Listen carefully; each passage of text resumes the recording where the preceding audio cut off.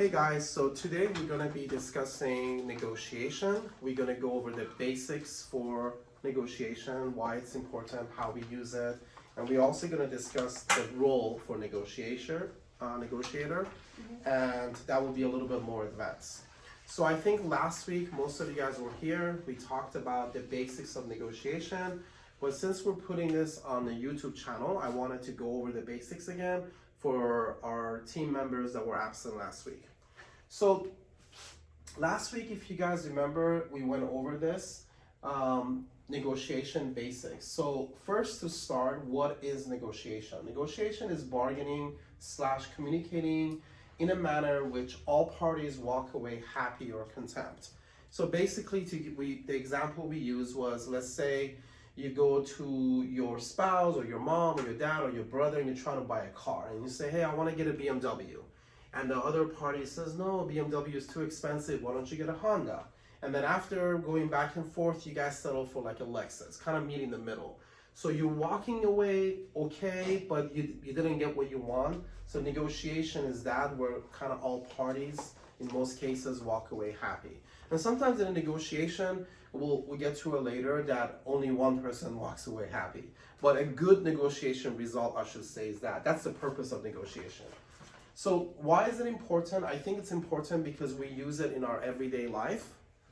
Everything we do is negotiation, and we also use it practically in all types of deals that we're involved in, real estate, lending, and so on and so forth. We talked about who we really are as agents. We are problem solvers, we are conductors, and we're negotiator. So who we deal with, think of it as like a music orchestra. The person who's standing in the middle and conducting the music, that's kind of who we are. And in a sense, we're dealing with the lender, we're dealing with the other agent, we're dealing with our own client, other client, escrow, inspector.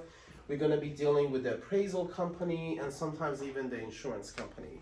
So, and I should mention that this course is available in California Associate of Realtors, and basically I studied that and I'm communicating what I learned from them to you guys. This is not something that I came up with myself. Then we also talked about there are really two styles of negotiation. One of them is called position-based bargaining. The other one is called interest-based bargaining. And in short, interest-based bargaining is interested in everyone's being happy. Position-based bargaining is interested in their own position. So they're looking at the story, they're looking at the scenario just from their own position. So they want to win. It's like a win-win situation for themselves. So some of the highlights for position-based bargaining, they care only for his or her position in the deal, just wants to win. There's adversary, there is a little bit of a selfishness going on. The goal is to win, period. There's tricks and misleading information involved sometimes. It's only one answer, it's not multiple answer, and usually it applies pressure. So this would be, for example, in the real estate transactions, a lot of investors have that type of a negotiation going on because what they really care about is the final numbers. So it's money driven. So they just care about they get this deal at this price and that's it. They don't care about pretty much anything else. Or if we think of like a relationship and you come across someone that says it's my way or the highway. That's kind of what that is, position-based bargaining. Interest-based bargaining, which we'll look at it a little bit more today in advanced negotiation, that's where really we want to be, excuse me, because it's caring, it's problem solving. The goal is for the best decision for everyone. It's kind of open-minded, it's fair, there's multiple answers, and there's options involved, and it applies reasons versus pressure. So this is kind of what we covered last week. I know we spent a good hour on it. I just wanted to mention it for whoever wasn't here. Any questions before I go to today's class? No? Louisa, John? No pressure? So, everyone has one of this? Yes. Okay. So negotiations, role, and advanced negotiation. Let's go to the first page, okay? So this is kind of simple today. It's kind of basic in a sense, even though it's advanced, so I didn't put it on the board. There is basically 3 phases of negotiation. So, Anna, can you read me the 3 phases, please? Before preparation phase, during bargaining phase, after closing the deal, or walking away.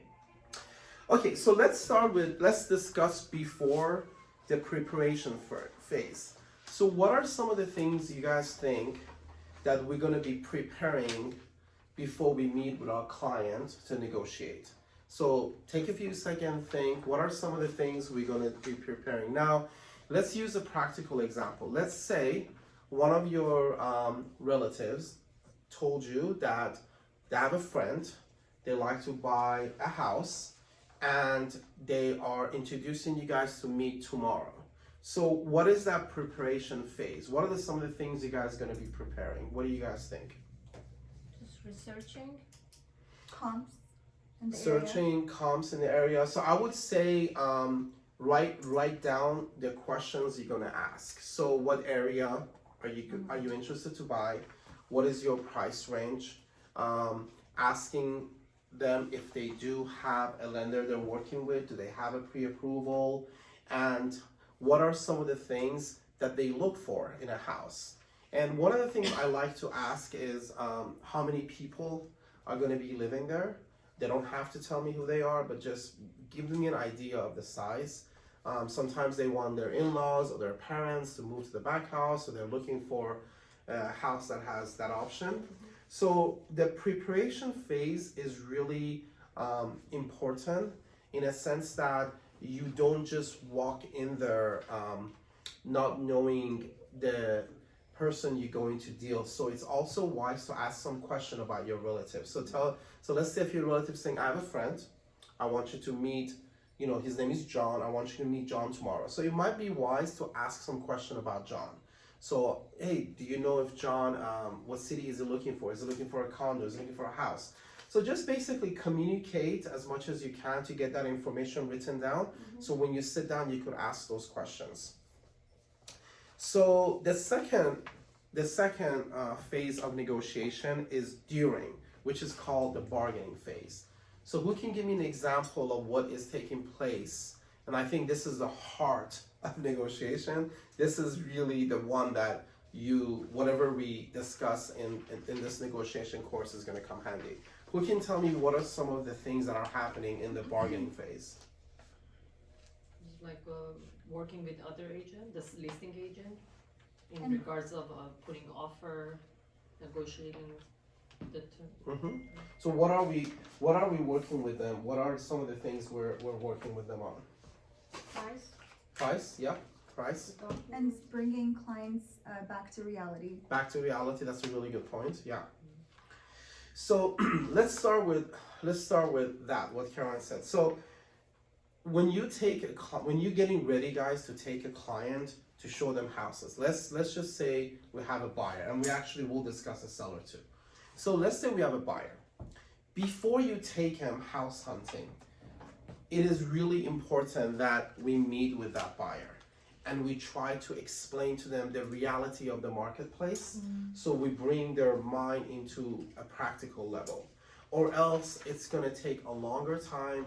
It's going to be very dreamy and it won't be accurate. So it's good to meet with them. So number one, we want to meet with them. We want to give them an idea of what's going on in the market, in the cities they're looking for, how the pricing is, and definitely since all of us focus on the lending too, we're loan coordinators, we definitely want to do that too.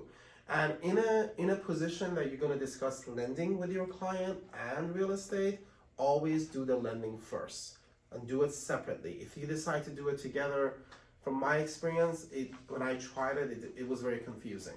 So remember, they're at a one-on-one level, so you have to do baby steps and just talk to them about lending, ask those 2 questions that we talked in lending 101, and then go from there.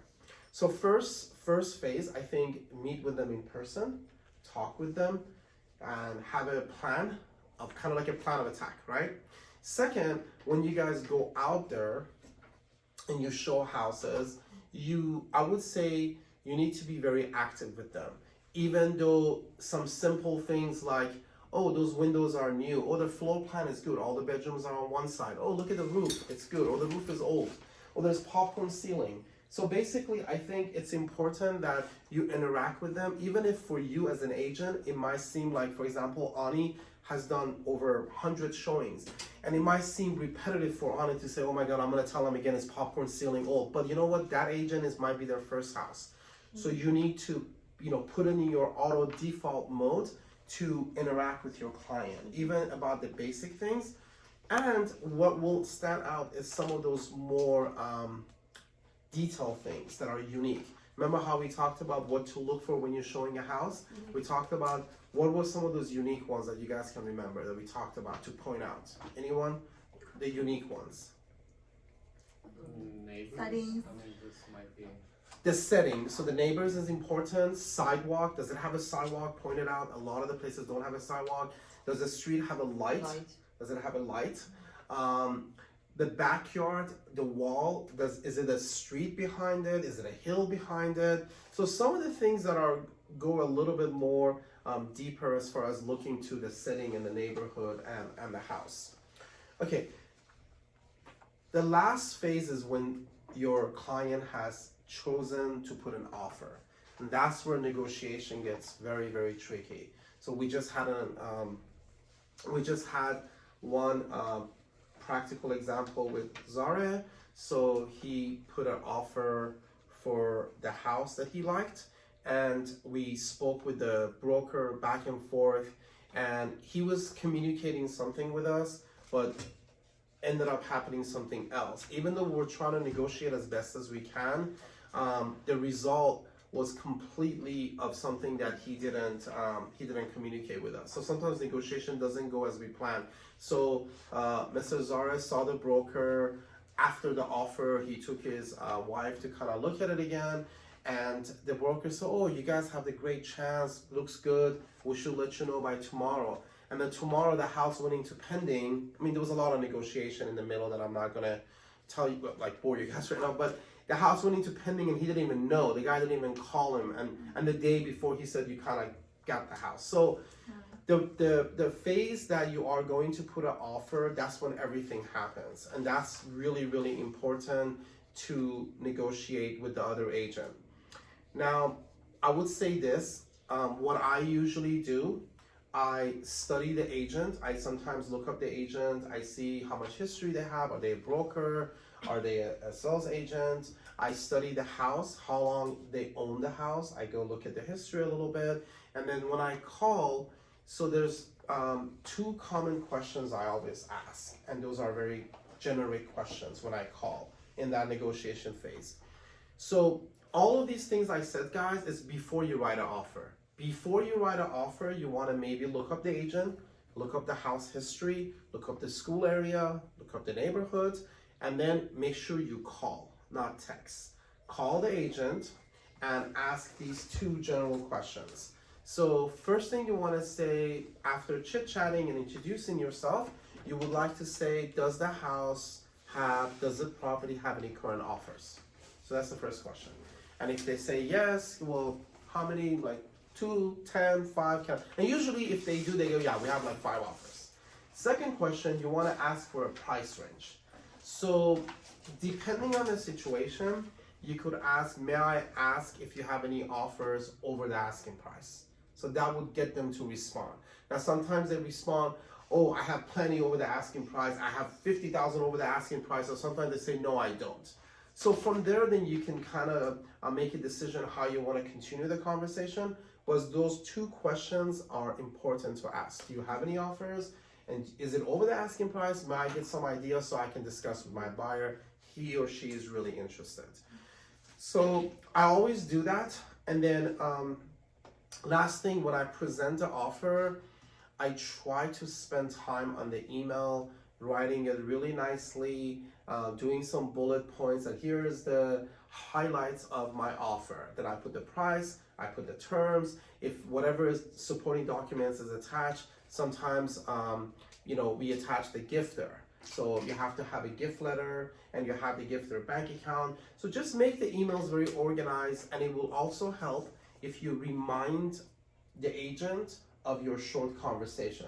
So if the agent's name is like Ed, hey, hi Ed, it was very nice to talk to you. If you remember, we had a conversation and we talked about this point. So we're excited to present you this offer. Here are the highlights of my offer. And then boom, boom, boom, and then sign off. So that's the second phase. Now, after and closing the deal or walk away.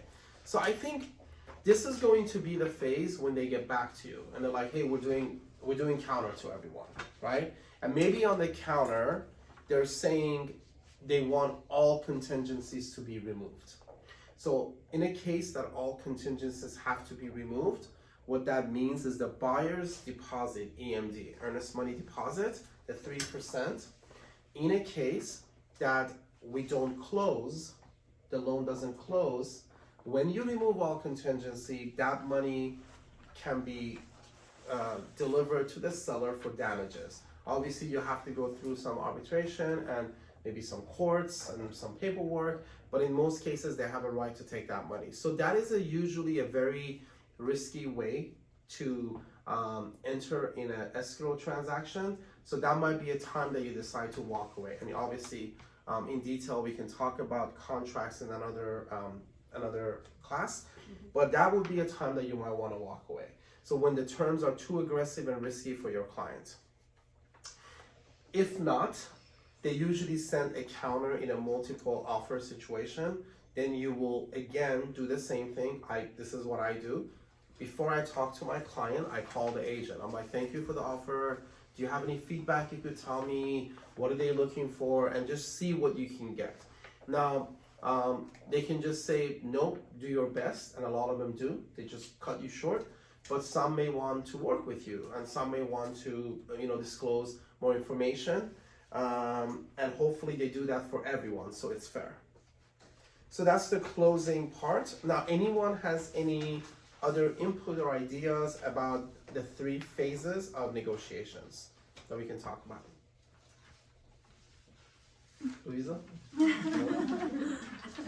Regarding that, removing all the contingencies, it means loan contingency too? Yeah, so when they say all, it means loan too. So there are 3 contingencies, right? There is inspection, appraisal, and loan. So when they say all, that's when it gets dangerous. So I personally advise everyone to be very careful of that. Don't ever remove all contingencies because that's just not, it's very risky, How about we remove the inspection and the appraisal, or the other 2, and then leave the loan? Yeah, so is it still risky or? well, it's still risky. The correct answer, yes, it is. However, loan contingency is a type of contingency that's driven by the lender, and we even though we have a pre-approval, what if for example we remove the loan contingency, and let's say the others have been removed, and let's say our client's name is, let's say, Carol, okay, and Carol goes to work next week within escrow, and God forbid they lay her off. There's no more loan, and she has to disclose that to the lender. So now we have a problem. So loan needs to be in place until we get clear to close, CTC. So when you have clear to close, then you should remove loan. So the lender has checked everything and says to the agent, you are clear to close. Then you remove loan contingency. So by the book, that's how you do it. So we do have like a deal right now, let's say, that they're applying pressure to us. We don't have CTC. So we're asking for extension for the loan contingency. Inspection is more driven by your buyer's decision. And if your buyer says, remove the inspection for me, we as agents should always advise them to get inspection. That's the right thing to do. And if they don't want to do it, then you should have them email that to you. So you have it on your email that they're the one who's asking you to do that, okay? But we should always advise them to do inspection. An appraisal is the third-party company that goes appraises the house. Usually it happens within a couple of weeks after the opening day. Now, if we decide to remove that, that's again a little bit risky because if the house isn't appraised, whatever the difference is, the buyer has to pay from their own pocket. So that's something you can discuss with your buyer and say, hey, we have to remove it because all the other offers have removed it, and on the counter they're saying only loan contingency for 10 days. So some of these get more a little bit detail on the contract, but we can discuss it like one at a time. When we discuss contract, I'll get more into this as well. Okay, so let's go to the next page. So in the advanced negotiation, interest-based bargaining is focused on. And the reason, even though we talked about it before, that's what we want to learn. I want all of us hopefully to become interest-based bargaining. So I think it's good to discuss it again and to talk about it today, to go over it again. So interest-based bargaining, guys, it's the best way to negotiate in anything we do, whether as an agent, whether, in my opinion, as a parent, as a daughter, a son, because you're considering everyone's interest and position in this story. So let's read some of the highlights and some of the characteristics we see in interest-based bargaining. So Elizabeth, do you want to read this page for us from the top? Yeah. Interest-based bargaining, integrative bargaining, negotiation based on each party's interests, needs, desires, concerns, fears, win-win, mutual interests, longer-term issues, less adversarial, focus on relationship. Okay, so let's go from the bottom to the top, okay? So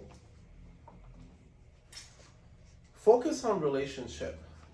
What does that mean? So when you use interest-based bargaining with your spouse, with your family, parents, what does focus on relationship means?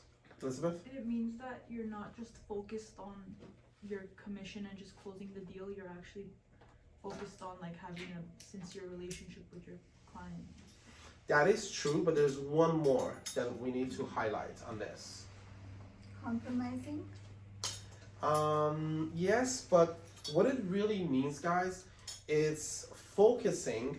So when you're doing the negotiation, it's focusing that you're gonna have a continuous relationship with that person.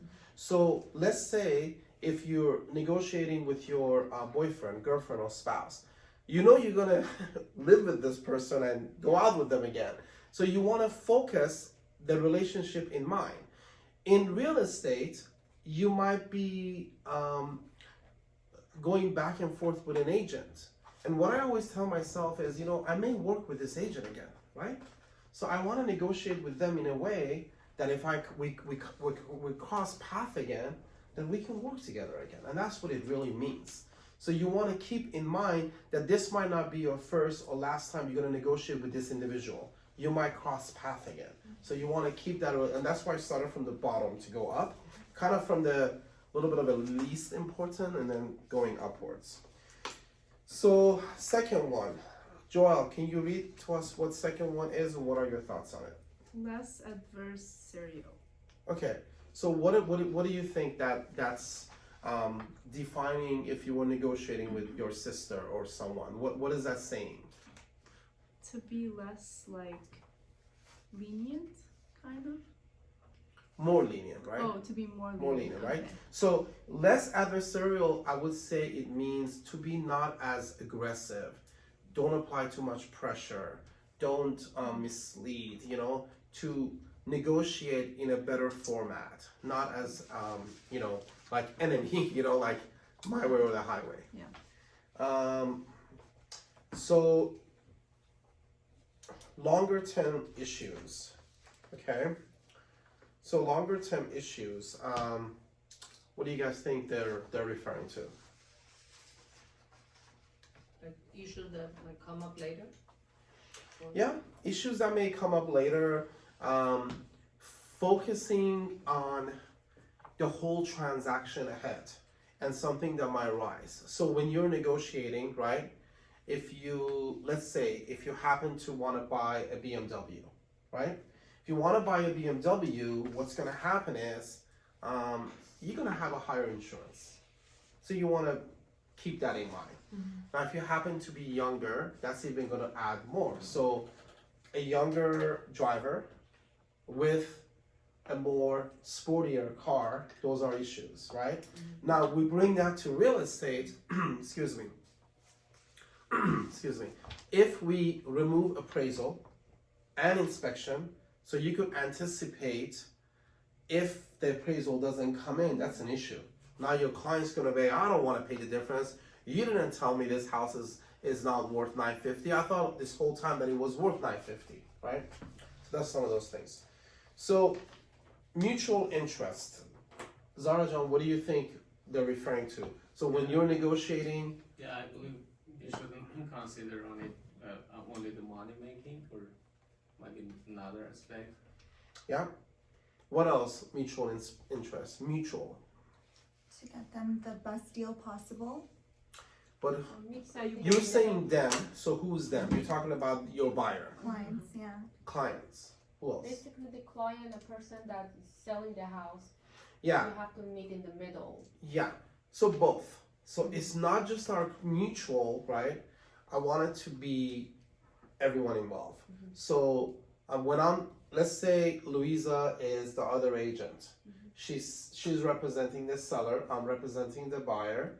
So mutual interest mean when I'm talking to Louisa, I'm gonna think and put myself in her position and say, hey, she's gotta go back to the buyer. She's gotta go back to the seller. So let me give you a practical example. If I cannot close and Louisa and I are working on a deal together, we're supposed to close this Friday. That's supposed to be closed this Friday. I know that I cannot close. I need to reach out to Louisa and say, Louisa, tell your seller we need an extension for a week. Let's say Louisa goes back, gets an extension for a week. Let's say next week comes, 2 days before we're supposed to close, and I can't close still. Now if I go back and say, if I go back to her and say, I need another week, I'm not considering their interest. Because I'm just going back like it's my Uncle Muhammad's house and just saying, I need another week. What I should do is go back and say, listen, I need another week, but I understand the seller has a mortgage. Why don't we pay $100 per day for the daily per diem? So now I'm negotiating mutual interest. And that's will happen to you guys a lot because sometimes lending delays. Sometimes, people have income from different sources that it takes so long to get the verification of income back. Yes? And when this happens, who pays this $100? Buyer? You do. No. Yes, the buyer does. Yeah, the buyer does. So $100 per day. So I tell Louisa, I said, listen, I'm going to send you an extension, but I will also put the buyer will pay $100 per day for the additional 7-day extension. She'll take it back. Now the seller is going to be more okay to talk about this, right? The seller is going to be like, you know what? Let's give him that week. Basically, you offer incentives. You're putting yourself in their position. So, win-win. What is the difference between win-win and I win? Anyone? Everybody happy. Everybody happy, right? Everybody Both wins. parties win. Next one, needs, desires, concerns, and fears. So basically needs, desires, concerns, and fears. In a negotiation, you should consider all of the above, okay? What their need is versus their desire. What they're afraid of. What is the seller afraid of? So let's take this example that we're representing the seller. I go back to the seller, I'm like, listen, they haven't removed loan contingency and they're asking for an extension. What is going to be the fear of the seller? Anyone? What is the seller? If you're the seller and I come to you and I say, you know what? They're not removing loan contingency because we have that deal going on today and I got to deal with that. But let's say I'm the seller's agent. So I go to the seller, I say, Mr. John, they're not removing loan contingency. They want another week. What do you think John is going to be afraid of? Cancellation. Yeah. Cancellation. So John is going to be like, these people have a loan problem, they're not committed, and if we cancel, how many days haven't been in escrow? Then I told John 25 days. His value for his house is going to go down, because when it goes back to the market, people are going to think, what? Maybe there was a problem with this house that it came back in the market. So in a negotiation, guys, what we're talking about is kind of have your antenna on and look at all these different things. Look at all these different things. Negotiation based on each party's interest, which we talked about, and integrative bargaining, which is, again, you always want to bargain in a way that's successful for all parties. So this is pretty much interest-based bargaining that we talked about last week. We went into a little bit more detail today, and I'm hoping that when you guys negotiate, you consider some of these items, okay? Let's go to the last page. Okay, so this is my favorite page. Okay, so let's see. Traits of good negotiators. So these are some of the signs of a good negotiator, and I think this is really, really important. So let's see.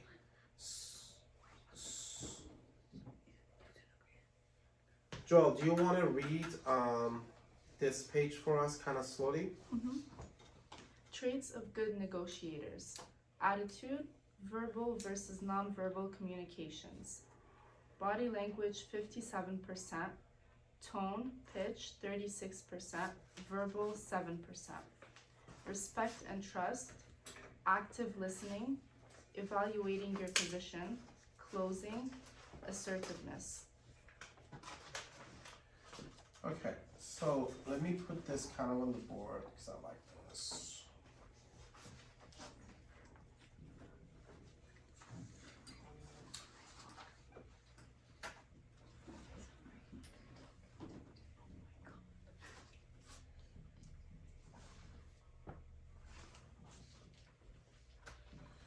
Okay, so attitude. Who can talk about what are some good attitude traits of a good negotiator? Patience, Patience is one of them, yes. Honesty. Honesty is the other one, yes. respect, Yes, that is also good. Positivity, Yes.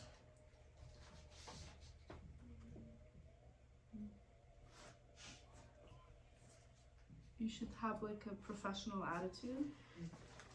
Yes, yes. So I would say the first and the most important attitude trait in this particular subject is going to be consideration, okay? You want to consider other people's feelings, thoughts, goals, life, income, whatever it is. You know, if you can be considerate of other people, then you can negotiate interest-based. If you don't want to consider other people's interest, you're not considerate, right? Then you will negotiate for your own sake and position. Consideration, guys, is very important. So I'm trying to be considerate of you guys' time. I try to be considerate of you guys' mind.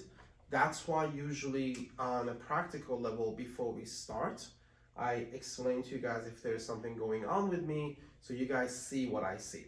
That's consideration is really important. So that's what I would put as a highlight when it comes to negotiation. Now I know in other things, trust and honesty, you know, have a more weight. So the second part of this is really, really important. So I'm gonna wait till also Meg comes back. Let's kind of go down to number 3. So Natalie, respect and trust. What do you think is a good example of respect and trust when you're negotiating with someone? Whether, you know, whoever it might be, your sisters, customers, what do you think? Respect, like just talking politely with them. Yes, yes. So you need to respect them and speak to them regardless of the car they drive and the way they're dressed. You need to have, it's basically I would say this, whatever respect you would like to get, you need to display that. And let's go for trust with Louisa and Ali. Can you also turn this off on the speaker if you go? Yeah. What do you think are some of the trust trait in a good negotiator? Like be transparent with your clients, like give them a sense of trustworthy that you're not getting the advantages of the situation. You're like transparent with them. You discuss everything with them ahead of time so they can trust you, like So- not surprising them with Yeah, so most of, I don't know why sometimes people like to send one text in 5 different messages, so it makes 5 sounds. Yeah. That is a very good negotiator. Okay, so just so you guys know, if you're gonna text me, don't text me like that. I will delete you and block you, okay?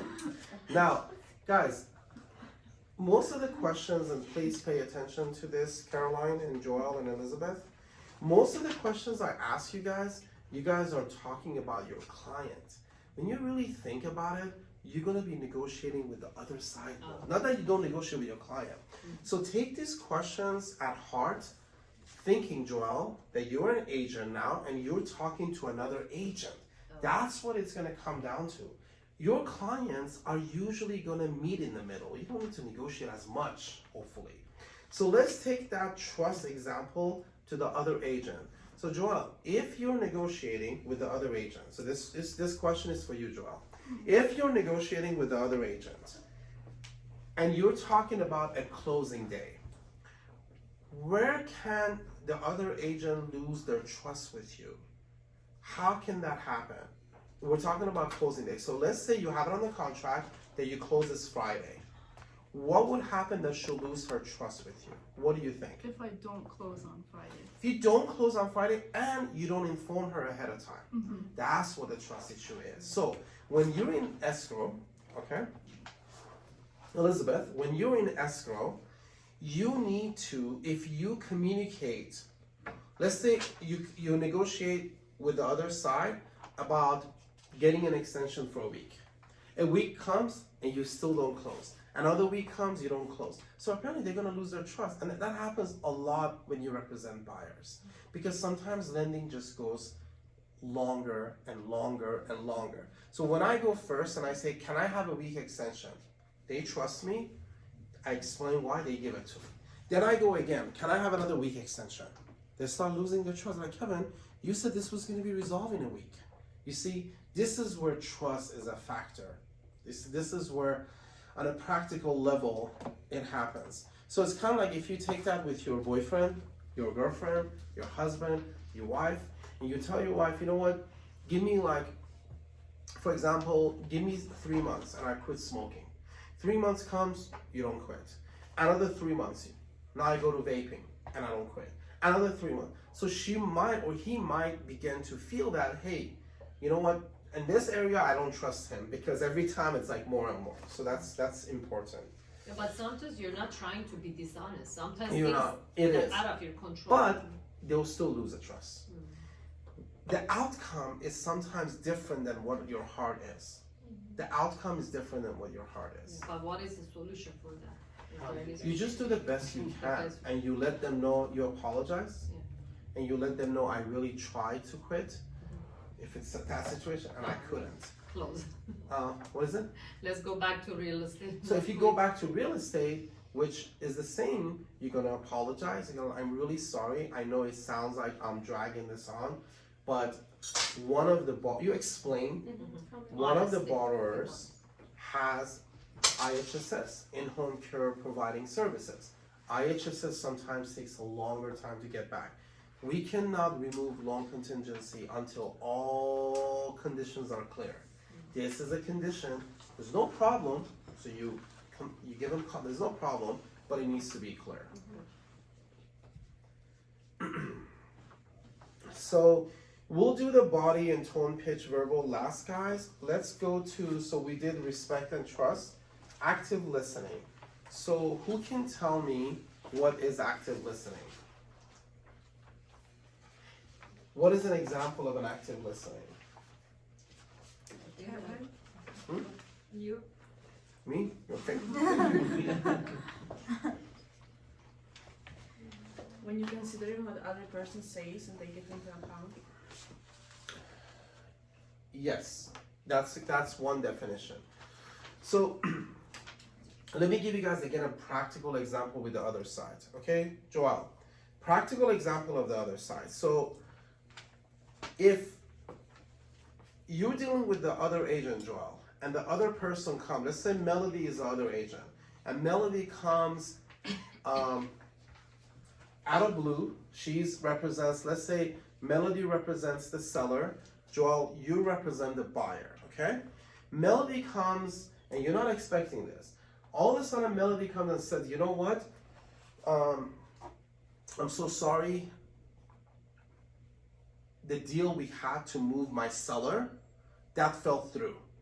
And they need 2-month rent back. So we need to do an addendum in the middle of the escrow to get a 2-month rent back, because they were supposed to, their seller was looking for a house in Valencia, but the deal fell through.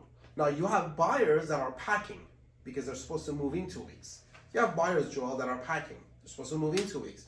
She just comes to you and just dumps this on you. So a good thing you can do as an active listening is just, right? Repeat the question. Repeat the question. So this is what you would do, Joel. You would say, oh, wait, okay, so you're saying that the deal that we've been talking about fell through and they need 2 months. Repeat the question. First thing you want to do, you repeat the question. What that does, it buys you time because you just get shocked, so you don't just give some fast answer. Second, they feel like you're really listening to them. So an active listener repeats the questions and gives the answers accordingly. Any thoughts on that? So what would be your response to that? Like the buyer is packing. So once you repeat the question, that will give you some time. Believe me, it helps you, it works. Even if it's, like I said, it's in your personal life and something just comes out of nowhere. Repeat the question, go, okay, so you're saying, Mom, that you need to go get a scan. Something came up. I understand. Okay, so let's talk about this. Let's think what we can do. Let's come to a resolution. So it kind of helps you be a more involved listener. It helps you calm down. But what you do in the situation with Joel, obvious what you do, Lisa John. I need some time. You go back to my buyer. Let me go discuss with them. And then you go back and now you're going to negotiate with the buyer. So Joel, you go back to your buyer.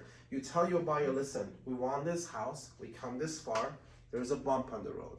A lot of transactions have a bump on the road. Life has a bump on the road. But this is nothing that you're going to lose the house. I think we should work with them and come up with a rent price that covers your mortgage to the buyer. So evaluating your position, basically, I'm gonna go a little bit quicker because I wanna spend the last 10 minutes and then we do lunch on the body language and tone, pitch, and verbal. So evaluating your position. So basically, knowing your position really well helps you negotiate better, Joel. So when you know exactly the type of buyer you have, the type of seller you have, maybe how aggressive they are, if they're self-driven, it helps you, So knowing basically your information and who you're representing, knowing your position helps you. That's a good sign of a trader. You know what you're doing, okay? So closing, it's just what it means. So a good negotiator closes the deal. Doesn't just go 90% and be like, okay, I just give up, I walk away. No, you close the deal. So obviously that's very important, right? Assertiveness, anybody can tell me what assertiveness means? Anyone? Demanding. Okay, that's one definition. Being firm but not aggressive. I like that definition better. You need to be harsh with them sometimes. Harsh. Harsh? Sometimes. Putting your foot down. That's good. So in order to define assertiveness, guys, let's think of this. What is the difference between assertiveness and aggressiveness? Who can tell me what the difference is? And then we have defined assertiveness. Because they're very close. So assertiveness and aggressiveness. Aggressive is being too pushy. There you go. Assertiveness, you explain them the facts and then you just tell them, hey, this is the deal and let's like work on it. So I'm gonna complete that. That's really good. Work on it. Assertiveness is being firm on your belief. Aggressiveness is you forcing them to believe your belief. You see the difference? Yeah. So when you're assertive, you're firm on your standards and what you believe in. When you're aggressive, you're telling them sometimes pushy, right? Don't believe in what you believe in what I believe. That's the difference. So we want to make a distinguish between the two, please, because when you're aggressive with a client especially, they're going to think you're just doing this for what? For your Benefit. commission, right? Yeah. Benefit. When your assertiveness with your clients is what I'm trying to teach dear Caroline to be assertiveness with your clients. Don't be like, oh, it's okay. No, it's not okay. You need to put your foot down. Don't be pushy. Hey, our company does things this way. I, as an agent, do things this way for you. I want to help you. So that's being assertive, not being pushy. Because if you're pushy, they're going to think, and even Louisa John, in your situation, I'm not being pushy, I'm being realistic because your buyers want to get a good home, they want to get a dreamy home. Well, if they follow our instructions, and Ani John has a client too, if they follow the instructions that need to be and you put your foot down when needed. Now, not all the time, guys, because most of the times when we're negotiating, we have to be on the more like a humble, I sacrifice, okay, okay, go ahead and do that. I'll meet you there. So for example, let me define the difference. If Caroline, your buyer, and you know who your buyer is, and you know who your buyer is, and you know who your buyer is, all three of you, if your buyer says, you know what, I know we made an appointment for 10 a.m., and I know it's tomorrow, I know it's last minute, can we please change it to 12 noon? And let's say 12 noon you were going to go out with your son, your boyfriend, whatever. Now, you sacrifice that and you don't need to be firm. It's okay. You know, this is your livelihood, right? So tell them, sure, no problem. Do that, right? But if your buyer, for example, says, I'm just making random example, says, can we go together? And you don't want to go together. Your belief is you don't want to go with them for whatever reason. You don't, and you know they have a car. Now, if they don't have a car, obviously go pick them up and take them. You don't have to give in to your belief. You just say no. I'll meet you there. It's better because from there I'm going to go show other houses. So you gotta know when to give in and when to, because sometimes, guys, when they're just clients and they're not, like in your case they're relatives, right? In your case they're just client. Sometimes when you do, and I think my wife sometimes reminds me of that, when you do too much for a client, then they might ride you a little bit and the deal may never happen and they end up more just becoming a window shopper. So it's important to be assertive about things that really make a difference and will help them to close the deal. Does it make sense? Now, aggressiveness, in my opinion, should only be used as a tool of motivation. As a tool, so you're being pushy with someone, but you know this is really good for them. Let me give you an example in real estate, Louisa. So I know for your clients, I know their situation. I know they work hard. They work so hard for so many years to save $50,000. I'm gonna be pushy with them to buy because $50,000 2 years from now, Joel, how much you think is gonna be? Give me a dollar amount. Just take a guess. $50,000 today. How much is it 2 years from today? Take a guess. Like 90? No, 40. No, I'm sorry, 50,000 in your hand, not in the land. Oh. You're right. If you put it in a house, it'll be 90. You're absolutely correct. But if you keep it in your bank account and you don't buy a home, it's going to be 40, it's going to be 30. Money will lose its value. So because of that, I'm being pushy. I'm telling them, buy guys, buy. That aggressiveness it's doable. Okay? Everybody understood the difference? Everyone? Okay. So now let's finish with the last part of a trait of a good negotiator, which is really, really important, guys.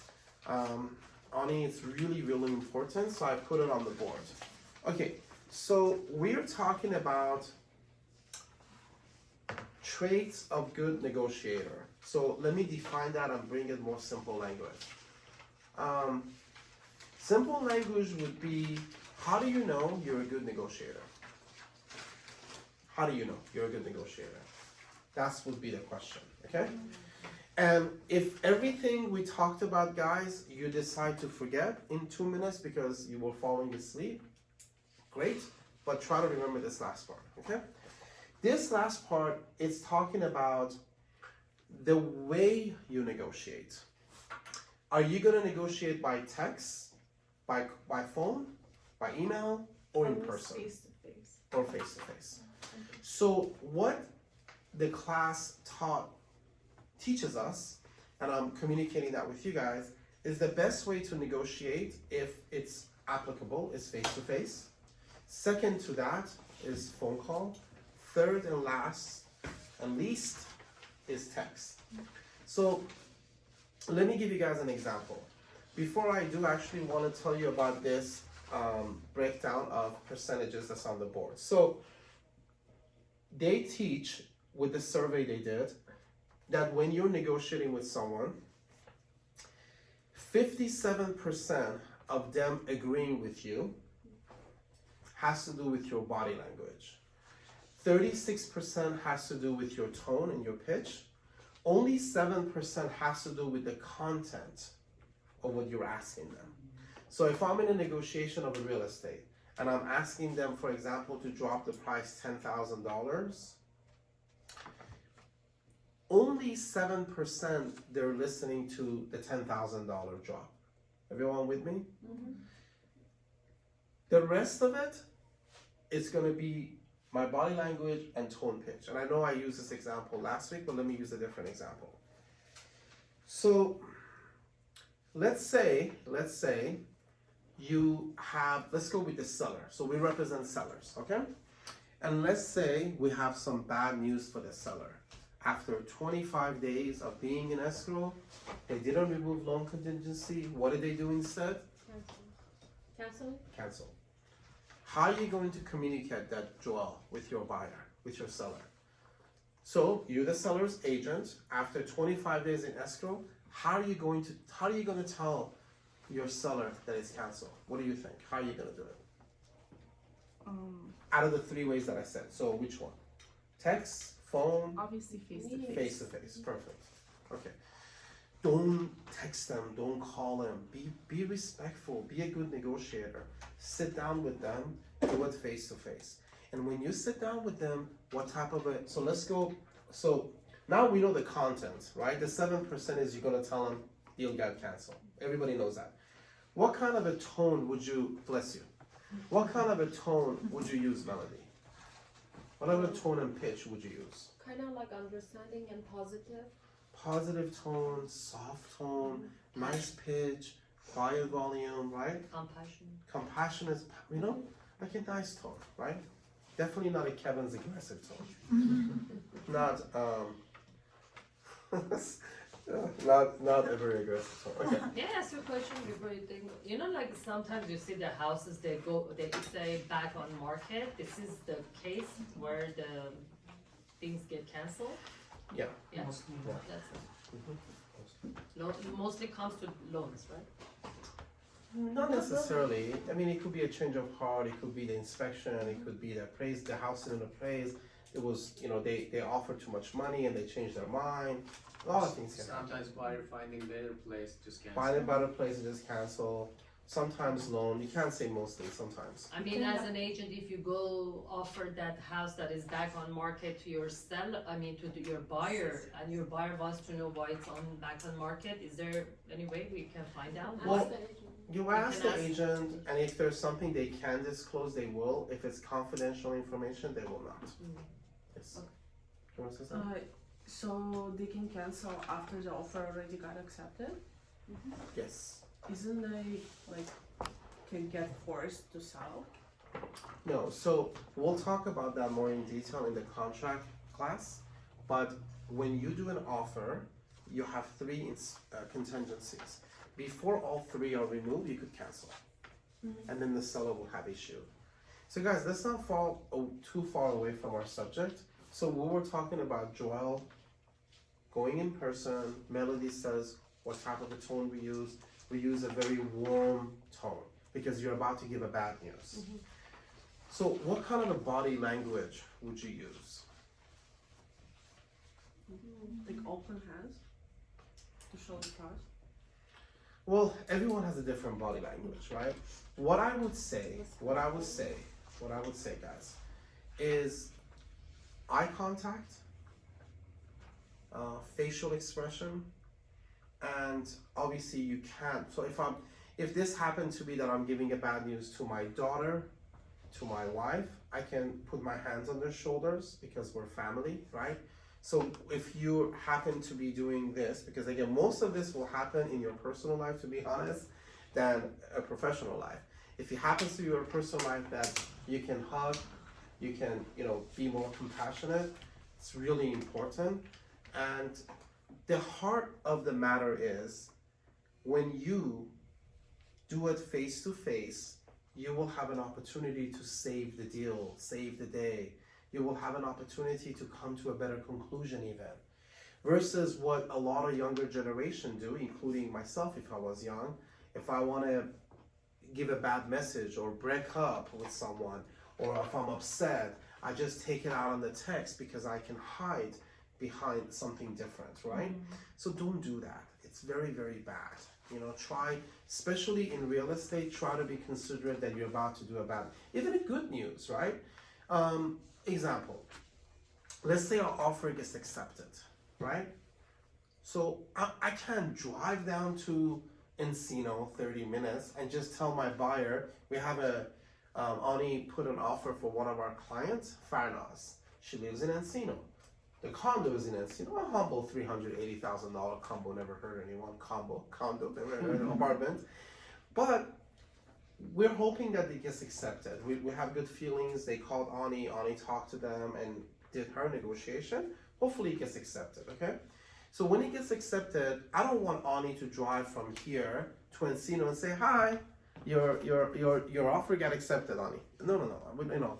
Sorry, Farnaz. So what she can do, choose between the other two options.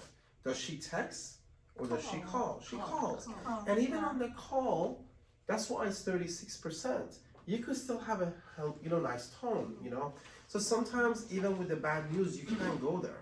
Maybe God forbid your sister lives in Texas and you have to give them bad news. Just think that tone, pitch, face-to-face, eye contact, those really, really help to get the answer you want and to get the negotiation and to a good place. So this is a good sign of a negotiator to distinguish. Wouldn't be like, oh, I'm busy, I'm just gonna text. Your offer get accepted, So just be considerate of that. And I think it's really amazing because in our office, in the past few years, with Perry and Ani and I, we have done a lot of negotiation that we have seen face-to-face makes a big difference. A lot of bad news we had to give, I brought them in. A lot of challenging, I had sometimes clients were unhappy, they were unreasonable. I didn't want to call them and get into a shouting match with them, so I brought them in and I sat down with them and do that. So I encourage all of you guys to consider, whether if it's in your personal life, whether it's in real estate, to choose a good place, a good format, a good time to disclose or share important news, whether if it's good or bad. So think, for example, I'll leave you guys with this thought and we can ask questions and then go to lunch. We're on perfect timing, 3 minutes to 1. I'll leave you guys with this thought. So imagine if someone was going to ask you to marry them and they do it by text. Oh my God, everyone's attention just went to Caroline for 3 minutes. Thank you, Caroline. I would think So imagine if someone wants to ask you to marry them and they do it by text. That would be terrible. That doesn't make sense, right? But believe it or not, for your receiver, when you're sending a text that's saying, you know, like, I'm so mad at you, I can't believe you did this, I never want to talk to you. It's the same. Why would you do that? Why would you not call them and say, listen, we have a problem, I think we need to meet. Once you meet, then you could say those things. But you could do it in a more interest-based bargaining, meaning you're interested to resolve this. And even if you don't want to resolve it, and you want to walk away feeling that, you know, you didn't destroy the other person, you just let them, you just cut it off, it's still better to do it that way, if possible. Okay guys, I know the pizza is getting here, so thank you, sir. So, everyone good? Okay, we can do questions. We can do questions, just be careful with the wire. We can do questions after, unless you guys have any questions now. If not, we can go to lunch. Lunch? Okay, sounds good. Thank you guys. Thank you.